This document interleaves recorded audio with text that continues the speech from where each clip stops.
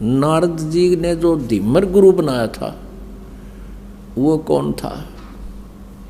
वो एक पुण्यात्मा थी, किसी समय परमेश्वर कबीर जी की शरण में रहे थे, लेकिन हम कुछ दिनों के बाद इस काल के ज्ञान के ऊपर फिर दोबारा टिक जाते हैं, भगवान की भक्ति त्याग देते हैं। ऐसा ही उस नादान आत्मा ने कर रखा था। फिर यो काल ऐसे कर्म बिगड़वा दे उस पुण्यात्मा के, ऐसी जगह मछियारों का जन्म दे दिया, और वो मछली पकड़ के लावे और बेचे, उसे तो गुजारा कर, आप भी काट के खावे। अब कहते हैं कबीर कमाई आपनी कदे ना निष्फल जा, 7 समुद्र आडे पड़े मिले अगा हुआ। क्या हुआ कि एक बार वो जिस राज्य में रहता था वहाँ के सभी तालाबों की मछलियाँ उसने पकड़ ली थी, कालू नाम के जीमर ने, वो तो खाली हो लिए थे।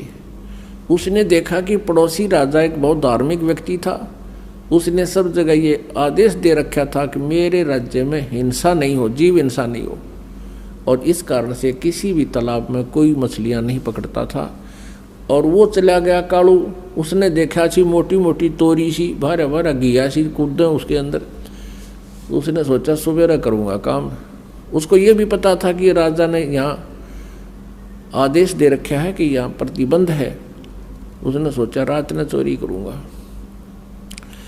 अपनी पत्नी से कहकर चला गया कि मैं ऐसे ऐसे जा रहा हूँ उस तालाब पर, और है तो वहाँ खतरे का काम, पर देखी जाएगी, अब रोजगार तो यही है।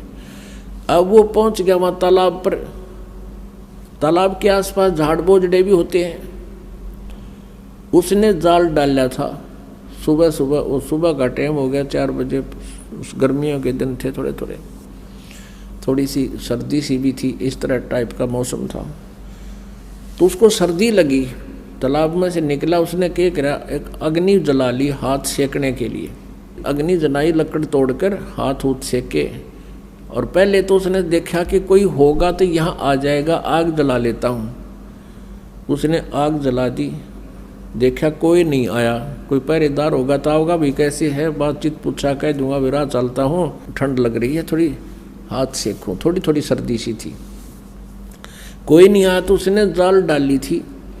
उधर से उसी नगरी का राजा, उस क्षेत्र का राजा हाथी पर सवार हो गए, और उसी के साथ साथ से रास्ता सा दूसरे शहर में जा रहा था, और एकदम मोड़ मुड़ता था। उस मोड़ के मुड़ते ही राजा का पूरा काफिला एकदम बाहर आया, और उसकी नज़र पड़ी, वो सारा ही 4 किले का फैसला था मोड़ का। एकदम घबरा गया वो कालू जीमर कि भैया तो बात बिगड़ेगी, राजा आ गया, राज तेरी सजाए मौत होगी, तेने कानून तोड़ दिया। वो डर गया। उसने क्या कर रखा था, एक लंगोट पहन रखा था शरीर पर, बस पानी में बढ़ने की तैयारी थी। तो उसने, और ऊपर बड़े बड़े बाल थे, दाढ़ी थी।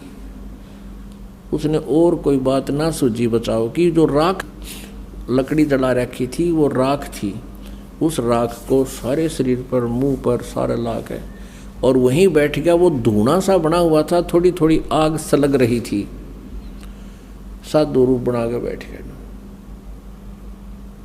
वो राजा था धार्मिक, उसने देखा महात्मा बैठा है, वहीं काफिला रखवा लिया। अकरों को हाथी से नीचे उतारो, अंबारी वो लगा दी पड़ी सी, और नीचे उतार दिया। और वो आंखें खोल कर देखा कि ले भाई मर गया आज तो तू, आधी आधी खोल कर फिर बंद कर लेकर आज मर गया, भी तो आ गया तेरी तरफ।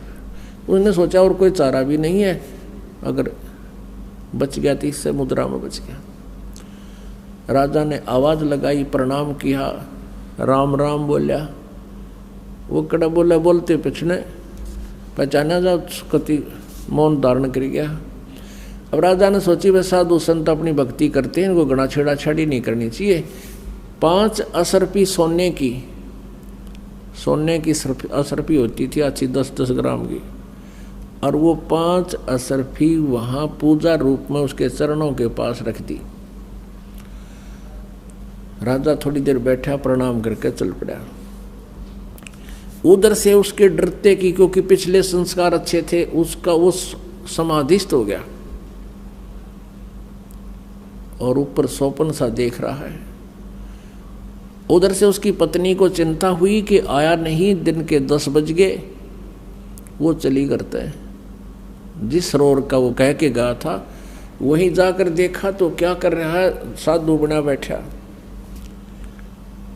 और उसकी पत्नी ने पहले तो उसको आवाज लगाई कि तू मर रहे गाड़ा की तो बैठा है, चाल जल्दी करने, कोई अड़ा आ गया, यहाँ आ गया तुझे पकड़ लेगा। हो ना उठिया तो उसके एक मारा कड़मड़ थप्पड़ के खड़ा हो ले तो। उसने नो कहा मैं तो आज आया था जी, आज आया था जी। उसने सोचा ये राजा के सर्वेंट आगे की तय नो कहा जी मैं तो आज पहली बार आया था। उसने देखा उसकी पत्नी अपनी पत्नी से कहने लगे और राजा कहाँ गया। उसकी पत्नी बोली राजा कौन था, राजा आया था यहाँ से। वो बोली राजा आता तेने छोड़ देता। फिर उसने देखा 5 असरफी रखी हैं।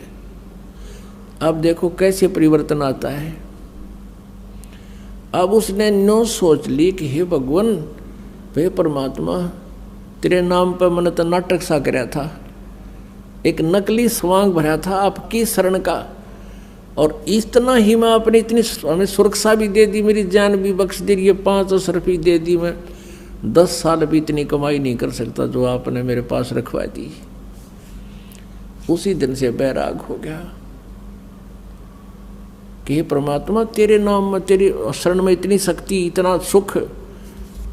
अपनी पत्नी से कह दिया कि ले ये तेरी 10 साल की 20 साल की कमाई है यार, ले जा तू, और मैं आज के बाद मछली पकड़ूं को नहीं।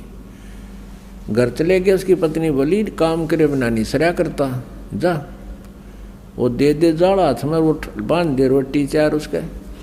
और वो चल पड़े, बैठ कर जंगल में खा कर रोटी। अन्नो देखा ये भगवान, नो क्या करें, गुरु बिन मोक्ष नहीं होता।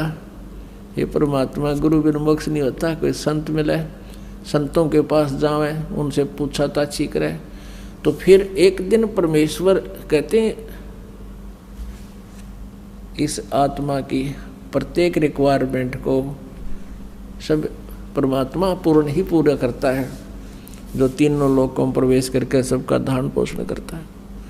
परमेश्वर आगे एक साथ 2 रूप बना के कबीर देव जी, और उससे कहा कि भाई भगत कैसे बैठा है, कि महाराज जी मैं भक्ति करूँ हूँ। परमात्मा ने कहा भाई गुरु बिन बात तो ना बनाया, गुरु तो होना चाहिए। कहा जी गुरु तो होना चाहिए, आप बन जाओ मेरे गुरु जी। कहा भाई ठीक है, मैं बता देता हूँ, नाम ले, भक्ति कर, ऐसे ऐसे करना, ये करना, ऐसे नहीं करना। अब उसने करी डट का साधना, और कुछ ही दिनों में उसको काफी उपलब्धि होगी। उधर से वो जो गुरु था,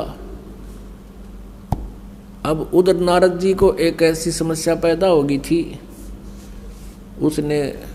उसको कहा गया था कि आज सवेरे तू जावे और उसको गुरु बना ले, जब तेरा कल्याण होगा। तो सवेरे सवेरे वो जा रहा था किसी घाट के स्नान करने के लिए, आगे से वो कालू झीमर मिल गया उसने। तो उसको उन्होंने गुरु बना लिया। उस कालू झीमर ने उसको बताया कि ये नाम जाप कर ऋषि जी, जब तेरा कल्याण होगा। अब कहने का भाव ये है पुण्यात्मा, हम ये सोचा करते थे कि कालू जो था एक सिंपल सा साधारण आदमी, एक मछियारा था, और उसको नारद जी ने गुरु बना लिया तो भी उसका उस सत्र का कल्याण हो गया। अब उस समय वो कालू झिमर नहीं था, उसने सारी बुराई छोड़ दी थी, वो संत बन गया था। लेकिन हम फिर भी वो फीत उतारते नहीं उसको फिर भी धीमर कहा करते थे, झीमर कहा करते, जबकि वो परम संत हो गए थे। तो अब ये शंकाएं सारी समाप्त करनी पड़ेंगी कि किसी भी गुरु से नाम लेने से काम नहीं बनेगा। वो गुरु भी उस सत्र का हो जिस सत्र की हम साधना करना चाहते हैं। तो क्या बताते हैं, अब नारद जी की भी समस्या ये आ गई थी, वह झीमर को गुरु बनाऊं, तब उन्होंने समझा था कि अपना कल्याण करा लेना, अब तेरी बिरान मिट्टी हो जाएगी। तब नारद जी ने भी उस झीमर को गुरु बनाया था, फिर उसका कल्याण हो गया तो फिर वो खुशी मनाता है।